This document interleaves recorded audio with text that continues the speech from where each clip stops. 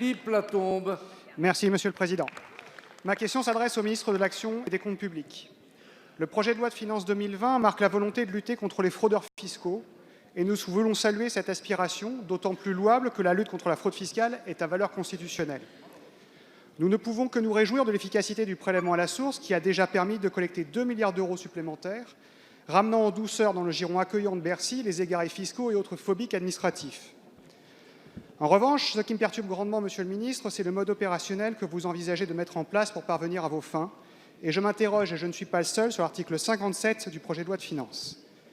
Si l'on peut parler d'aspiration à travers ce projet d'article, c'est surtout celle de nos données personnelles, puisque l'administration sera autorisée, je cite, à collecter en masse et exploiter les données rendues publiques des réseaux sociaux et des plateformes de mise en relation par voie électronique.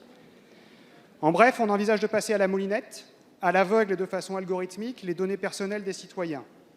Bémol appréciable à vos ardeurs, vous avez renoncé à la reconnaissance faciale. Ouf, la France n'est quand même pas la Chine. Depuis 2014, votre ministère a déjà la possibilité de détecter automatiquement les fraudeurs en scannant une vingtaine de bases de données de l'État. Pourquoi cette volonté impérieuse de l'étendre aux réseaux sociaux et aux plateformes de commerce en ligne, ce qui est actuellement illégal car attentatoire aux libertés individuelles qui ont, elles aussi, valeur constitutionnelle? La CNIL ne s'y est pas trompée. Dans sa délibération du 12 septembre dernier, a émis de fortes réserves quant à la mise en œuvre d'une telle mesure. Ainsi, Monsieur le ministre, pouvez-vous nous indiquer comment vous comptez concilier la nécessaire lutte contre la fraude avec l'exigence du respect des libertés fondamentales si chères à notre pays? Merci, Monsieur le député. La parole est à Monsieur Gérald Darmanin, ministre de l'Action et des Comptes publics. Merci, Monsieur le Président.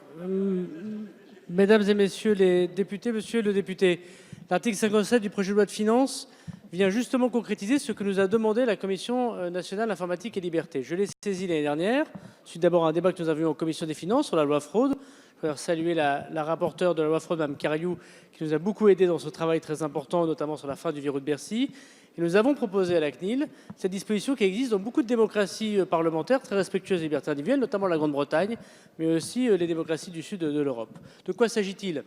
Notamment pour les fraudeurs fiscaux les plus importants, ceux qui nous disent qu'ils passent plus de 6 mois à l'étranger pour déclarer leurs revenus, dont nous n'avons pas les moyens de vérifier cela, c'est de pouvoir effectivement constater, comme le font la Grande-Bretagne, qu'il y a une condition pour que nous puissions contrôler et donner et confondre un certain nombre de contribuables qui auraient un mensonge manifestement sur leur résidence fiscale française. Je pense qu'on ne peut pas à la fois vouloir réclamer une plus forte lutte contre la fraude et en même temps ne pas donner les moyens à ceux qui peuvent permettre de la contrôler. Ce que nous avons proposé, c'est que comme la CNIL nous a autorisé à le faire, mais sous condition du législateur, de proposer au Conseil d'État qui a validé cette disposition, qui est pourtant protecteur de nos libertés.